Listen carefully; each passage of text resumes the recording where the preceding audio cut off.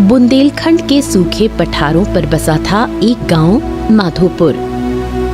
वहीं एक टूटी फूटी झोपड़ी में रहता था शिवा, एक गरीब, मेहनती और ईमानदार युवक जिसे किस्मत जैसे बार बार धोखा देती रहती थी।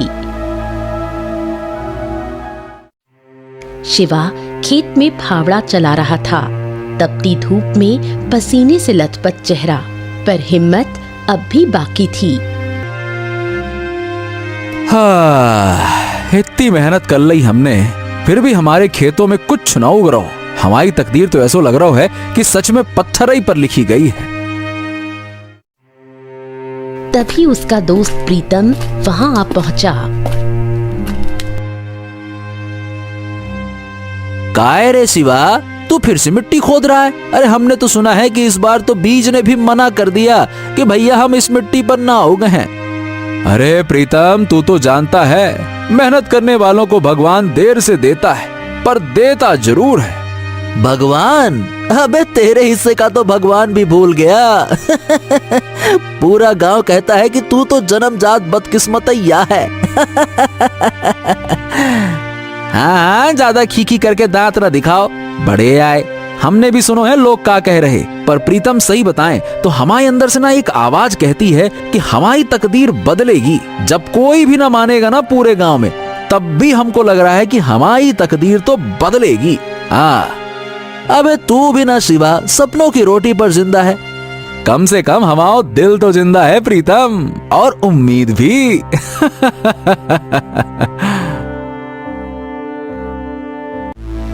प्रीतम हंसते हुए वहां से चला गया।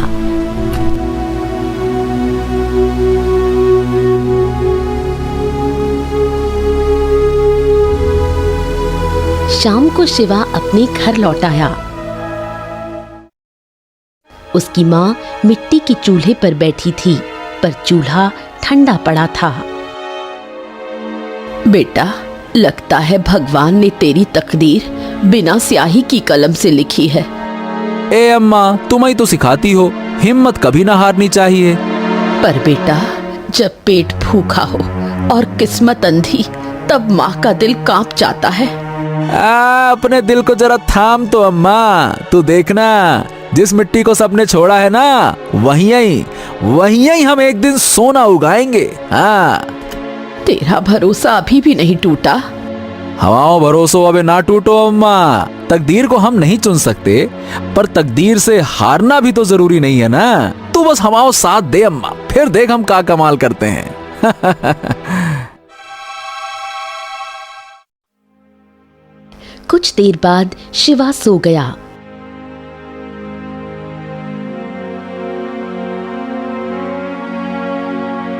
अगली सुबह शिवा खेत जाने को तैयार होने लगा। तभी उसकी माँ उससे बोली, बेटा, घर में लकड़ियाँ खत्म हो गई हैं, चूल्हा कैसे जलेगा? हाँ तो ठीक है अम्मा, हम जंगल से लकड़ियाँ लाए दे रहे, उसके बाद खेत चले जाएंगे।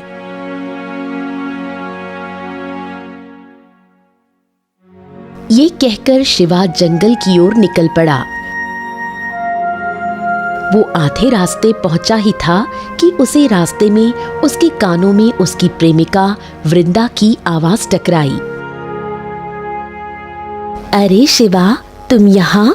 इस वक्त तो तुम खेत में होते हो, आज जंगल क्यों जा रहे हो? वृंदा, अरे वो कहा है कि घर में लकड़ियाँ खत्म हो गईं। खेत का काम हम बाद में करेंगे, पहले अम्मा के चूल्हे की चिंता तो दूर कर दें। कल दूसरे गांव से लड़के वाले आए थे मुझे देखने, सब देखकर चले भी गए।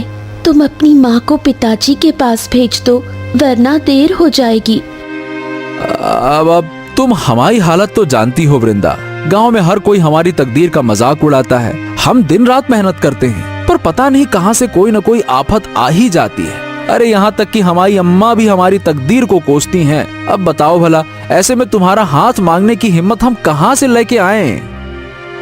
मैं रोज मंदिर में पूजा करके तुम्हारे लिए प्रार्थना करती हूँ। गाँव वाले जो बोलते हैं वो उनकी मूर्खता है। इंसान की तकदीर से ज्यादा उसकी सोच मायने रखती है। तुम्हारी सोच साफ है, तुम्हारा दिल सच्चा है। एक दिन यही सोच तुम्हें बहुत आगे ले जाएगी शिवा। वृंदा के शब्दों ने शिवा के मन में एक हल्की सी उम्मीद की लौ जला दी। वृंदा घर लौट गई और शिवा जंगल की ओर बढ़ गया, पर इस बार उसके मन में कुछ और ही गहराइयां चल रही थीं। अरे कभी भी कुछ ठीक काहे नहीं होता है, मैं समझ में नहीं आ रहा। मेहनत करता हूँ, दुआएं भी मिलती हैं, अब फिर भी हर बार सब बिगड़ ही क्यों जाता है, समझ नहीं आ रहा। गहरी सोच में डूबते हुए वो जंगल में लकड़ियां काटने लगा। थोड़ी देर बाद उसने लकड़ियां बांधी और वापस गांव की ओर चल पड़ा।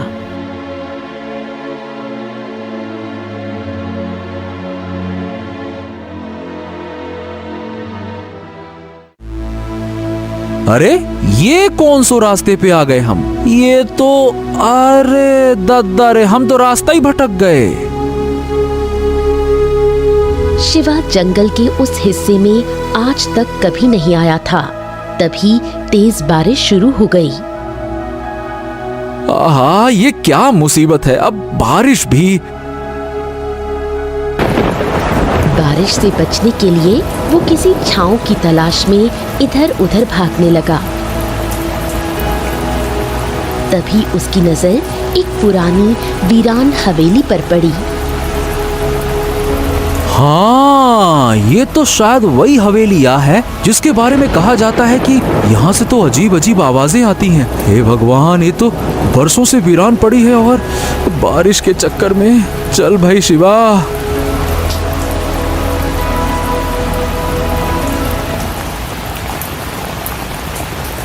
डरते डरते शिवा उस हवेली के नजदीक पहुंचा। बारिश भी तेज थी और भूख की ज्वाला भी बढ़ रही थी। हाँ, बस कुछ देर हम बैठेंगे, उसके बाद बारिश रुकते ही यहाँ से रफू चक्कर भैया, यहाँ ना रुकना। पर जैसे ही उसने कदम अंदर रखा, उसकी आंखें फटी की फटी रह गईं। अंदर का दृश्य वैसा नहीं था जैसा बाहर से लगता था। हवेली भीतर से टूटी फूटी नहीं, बल्कि किसी पुराने राजा की तरह सजी हुई थी। दीवारों पर प्राचीन चित्र, फर्श पर महंगे गलीचे और कमरे के बीचों बीच रखी एक बेशकीमती बंदूक। है, ये कैसे हो सकता है? बाहर से ये हवेली तो एकदम खंडहर जैसी और अंदर, ओ दादा रे, किसी राजा के महल जैसी। शिवा अब भूल चुका था कि वो रास्ता भटक गया था। तभी शिवा की नजर एक कमरे की ओर चली गई, जहां से कुछ आवाजें आ रही थीं। शिवा उस कमरे की ओर बढ़ गया। सामने का दृश्य देखकर वो बुरी तरह चौंक गया। है जो का है, एक बड़े से पिंजरे में तोता बंद है और ऊके बगल में एक खूंटे से बंधा एक गधा भी है। तोता और गधा संगे संगे, बड़ी विचित्र बात है। ये वीरान हवेली में ये तोता और गधा का कर रहे? ये तोता तो देख के ऐसे लग रहा है कि जैसे रोज खाता पीता है, और ये गधा तो ऐसा लग रहा है जैसे अबई अबई बांधा गया है। इसका मतलब क्या कोई इस हवेली में रहता है? तभी तोता शिव को देखकर इंसानी आवाज में बोल पड़ा। आखिरकार तू आ ही गया शिवा, लेकिन तूने आने में देर कर दी। तभी गधा भी इंसानी आवाज में बोल पड़ा। तो क्या हो गया? अगर सुबह का भूला शाम को आ जाए तो उसे भूला ना कहते।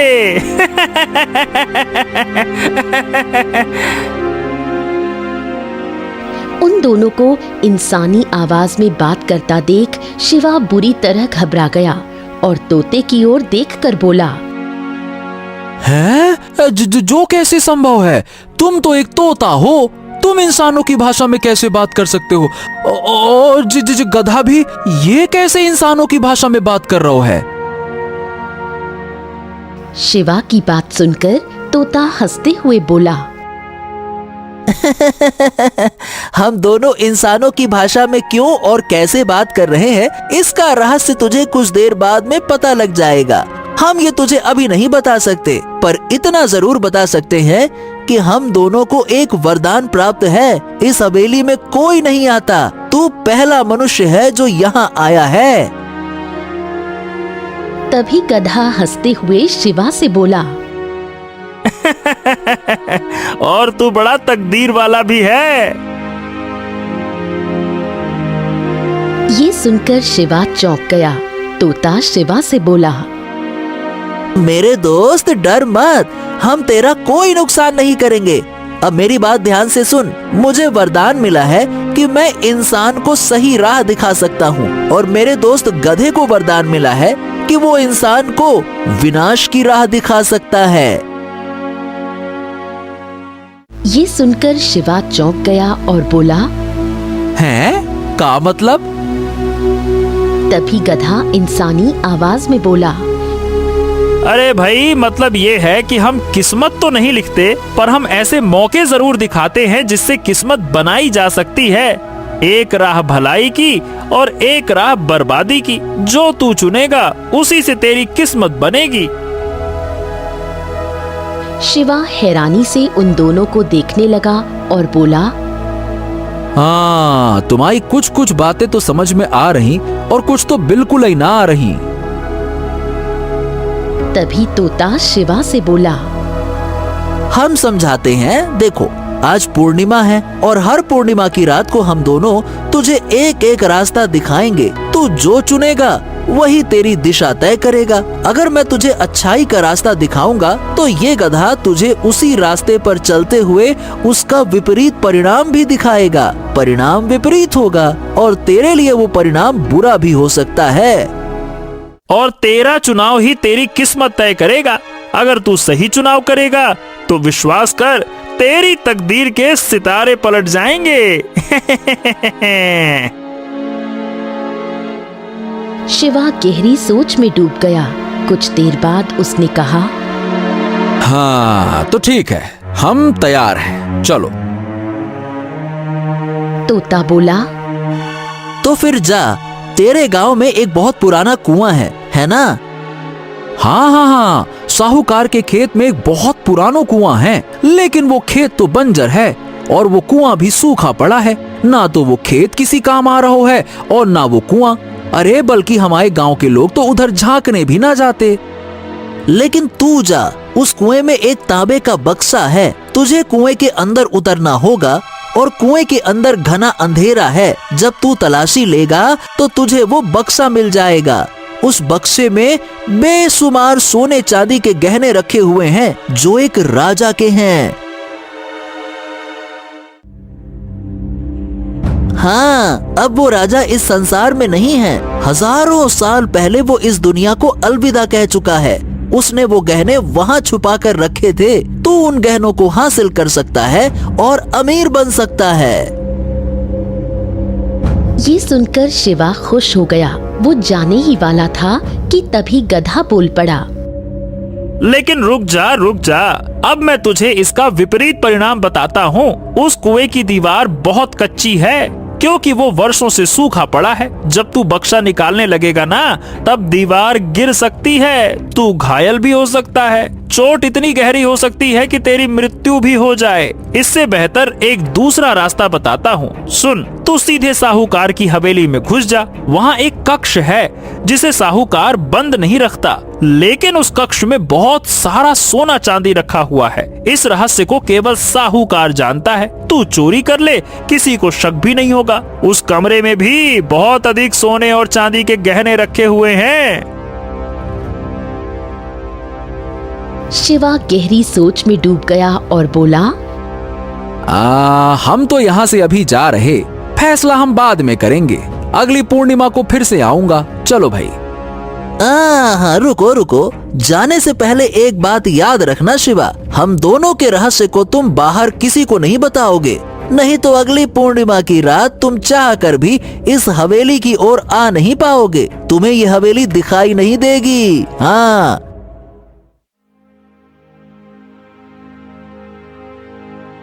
शिवा सीधे साहूकार के बंजर खेत की ओर चला गया।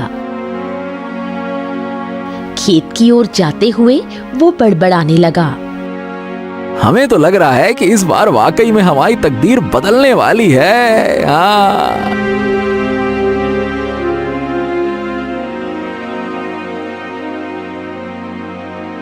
शिवा कुएं में उतर गया। उसे वो तांबे का बक्सा मिल गया।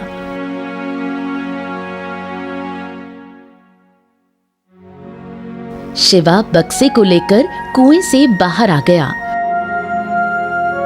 और रात के अंधेरे में अपने घर की ओर चल पड़ा। घर पहुंचकर उसने वो बक्सा खोला तो उसमें बेशुमार गहने देखकर उसकी मां चौंक गई। इतने सारे सोने के गहने तेरे पास कहां से आए? अरे अम्मा, बस समझ लो यही हमारी तकदीर में लिखा था। और अम्मा विश्वास करो, तुम्हारा बेटा कभी चोरी ना कर सकता। शिवा की मां भावुक हो गई और बोली, मुझे पूरा विश्वास है तू कोई गलत काम नहीं कर सकता।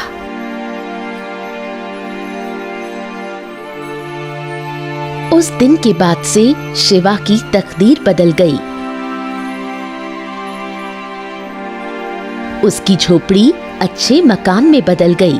उसने खेती छोड़कर व्यापार करना शुरू कर दिया और देखते ही देखते वो धनवान बन गया। दूसरी पूर्णिमा की रात पर शिवा दोबारा उस रहस्यमयी स्थान पर जा पहुंचा। तोता और गधा पहले से मौजूद थे। लगता है तूने अच्छाई के रास्ते को चुना। चलो अच्छा है, अब देख तेरे साथ क्या होता है। अब मेरी बात ध्यान से सुन। राजा चंद्रसेन अपने महल में युवकों की परीक्षा ले रहा है।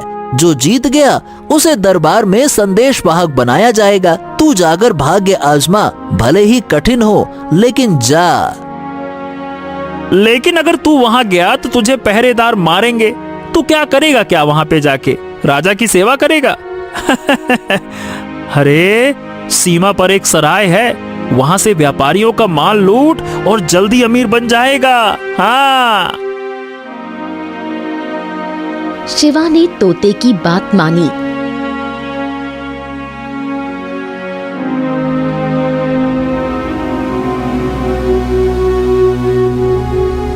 और महल पहुंच गया। राजमहल के प्रांगण में युवकों की भीड़ लगी थी।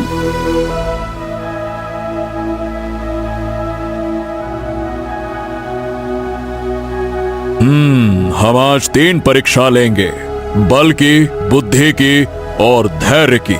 जो इन तीनों में सफल होगा वही बनेगा हमारा विशेष संदेश वाहक। पहली परीक्षा बल। राजा की ओर से 2 सैनिक आते हैं।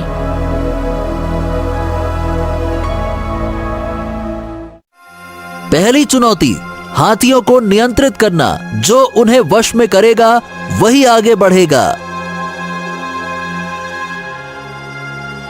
शिवा हाथी के सामने आता है। शांति से उसकी आंखों में देखता है। धीरे धीरे उसके पास जाता है, कान सहलाता है और उसे बैठा देता है। ओए, इसने तो कर दिखाया।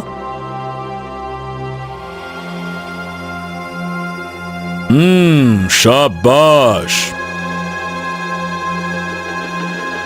अगली परीक्षा बुद्धि की परीक्षा। बुद्धि। एक पहेली है। 4 दीवारों में बंद हूँ मैं, ना मैं दिखता ना मैं चलता। मेरे बिना सब मौन है, मुझसे ही हर बात पलता। शिवा सोचते हुए बोला, हाँ, हर बात पलता, मौन। हाँ, उत्तर है शब्द। बिल्कुल सही। और अब तीसरी और सबसे कठिन परीक्षा, धैर्य। राजा की आज्ञा से युवकों को गर्म धूप में एक घड़े को सिर पर रखकर 5 कोस चलने को कहा जाता है। घड़ा पानी से भरा है और वो गिरना नहीं चाहिए।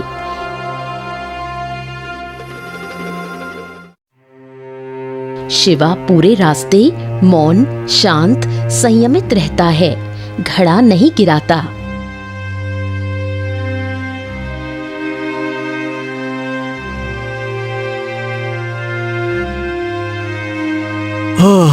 अब मैं नहीं चल सकता।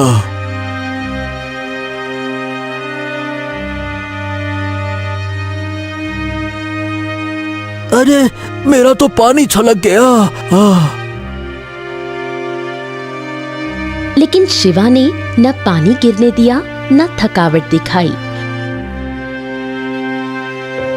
वो 5 कोस चलकर समय पर वापस पहुंचा।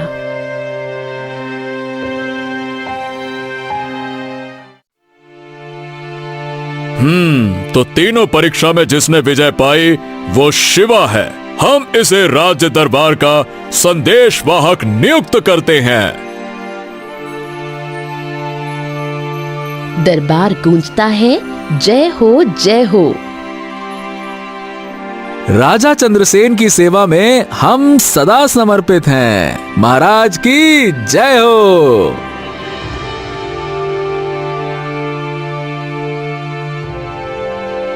इस तरह शिवा ने दूसरी पूर्णिमा पर भी अच्छाई का रास्ता चुना और उसके जीवन ने एक और मोड़ ले लिया। गांव वालों ने शिवा को हमेशा फूटी तकदीर वाला समझा था। कोई उसे देखना तक पसंद नहीं करता था। लेकिन जब उसकी मेहनत रंग लाई और वो राज दरबार का संदेशवाहक बना तो पूरे गांव की सोच बदल गई। अरे भाई, शिवा तो अब तकदीर वाला बन गया रे।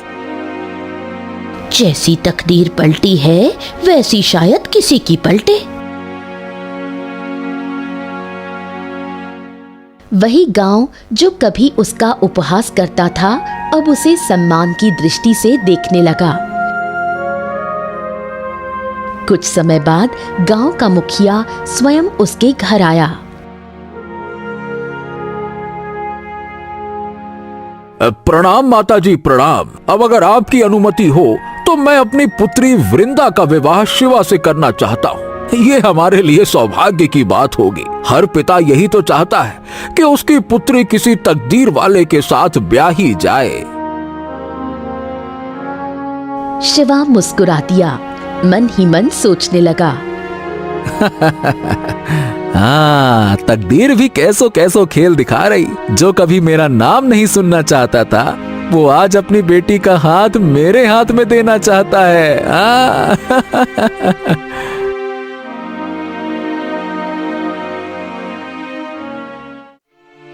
कुछ ही दिनों में विवाह संपन्न हो गया। वृंदा शिवा की अर्धांगिनी बन गई। विवाह के कुछ समय बाद वृंदा शिवा से बोली, शिवा, तुम अचानक इतने धनवान कैसे बन गए और राजा चंद्रसेन से इतनी नजदीकी कैसे हो गई? ना ना ना ना वृंदा, हम तुझे चाह कर भी नहीं बता सकते। अरे बस तुम इतना जान लो कि ये सब ईश्वर की कृपा से हुआ है। हमने कोई गलत काम नहीं करो। अब मैं दोबारा कभी नहीं पूछूंगी। मुझे तुम पर पूरा भरोसा है।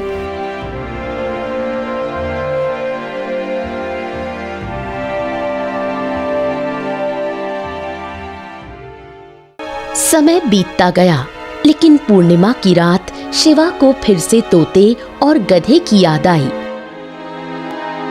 उस रात कुछ खींचता हुआ उसे हवेली की ओर ले गया। हवेली की दहलीज पर कदम रखते ही दीवारें कांप उठीं।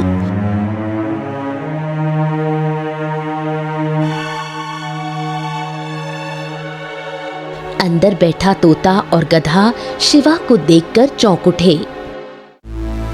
हमें लगा था कि अब तो तू हमें भूल गया होगा। तेरी तकदीर बदल चुकी है। अरे ऐसा कैसे हो सकता है? मैं भला तुम दोनों को कैसे भूल सकता हूँ? लेकिन आज मैं किसी इच्छा से नहीं आया। मैं आज ये जानने आया हूँ कि तुम दोनों आखिरकार हो कौन। हाँ, अब वक्त आ गया है सच्चाई बताने का और हमारे श्राप से मुक्त होने का। तू हर बार भले रास्ते पर गया, इसी वजह से हमें आजादी मिल रही है। हम तो बस रास्ता दिखाते हैं। भगवान ने हमें यही हक दिया है। चुनाव तेरा, लेखा जोखा उसका। तू है तकदीर वाला, क्योंकि तूने सही चुना। तो क्या तुम सच में हमारी मदद कर रहे थे या हमें भटका रहे थे?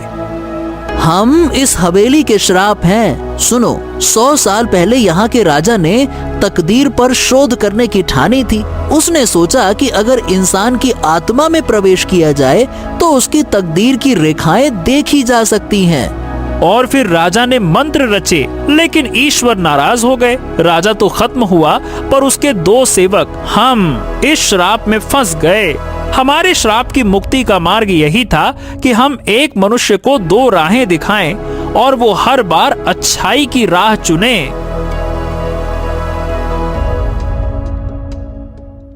शिवा ने हर बार वही चुना जो कठिन था लेकिन सही था। उसी क्षण तोता और गधा रंग बिरंगे प्रकाश में बदलकर 2 पुरुषों के रूप में प्रकट हुए और फिर अंततः अदृश्य हो गए। शिवा को कोई आश्चर्य नहीं हुआ, उसे सब ज्ञात हो चुका था। हाँ, तो अब मैं इस रहस्य को हमेशा बनाए रखूंगा। तुम लोगों का बहुत बहुत धन्यवाद। इतना कहकर शिवा मुस्कुराया और हवेली से बाहर निकल गया। तकदीर वही करती है जो इंसान के कर्मों से जुड़ी हो। जो सही राह चुनता है, तकदीर खुद उसके आगे झुक जाती है। शिवा की कहानी बस एक कहानी नहीं, हर इंसान के अंदर छुपे उस तकदीर वाले की गवाही है।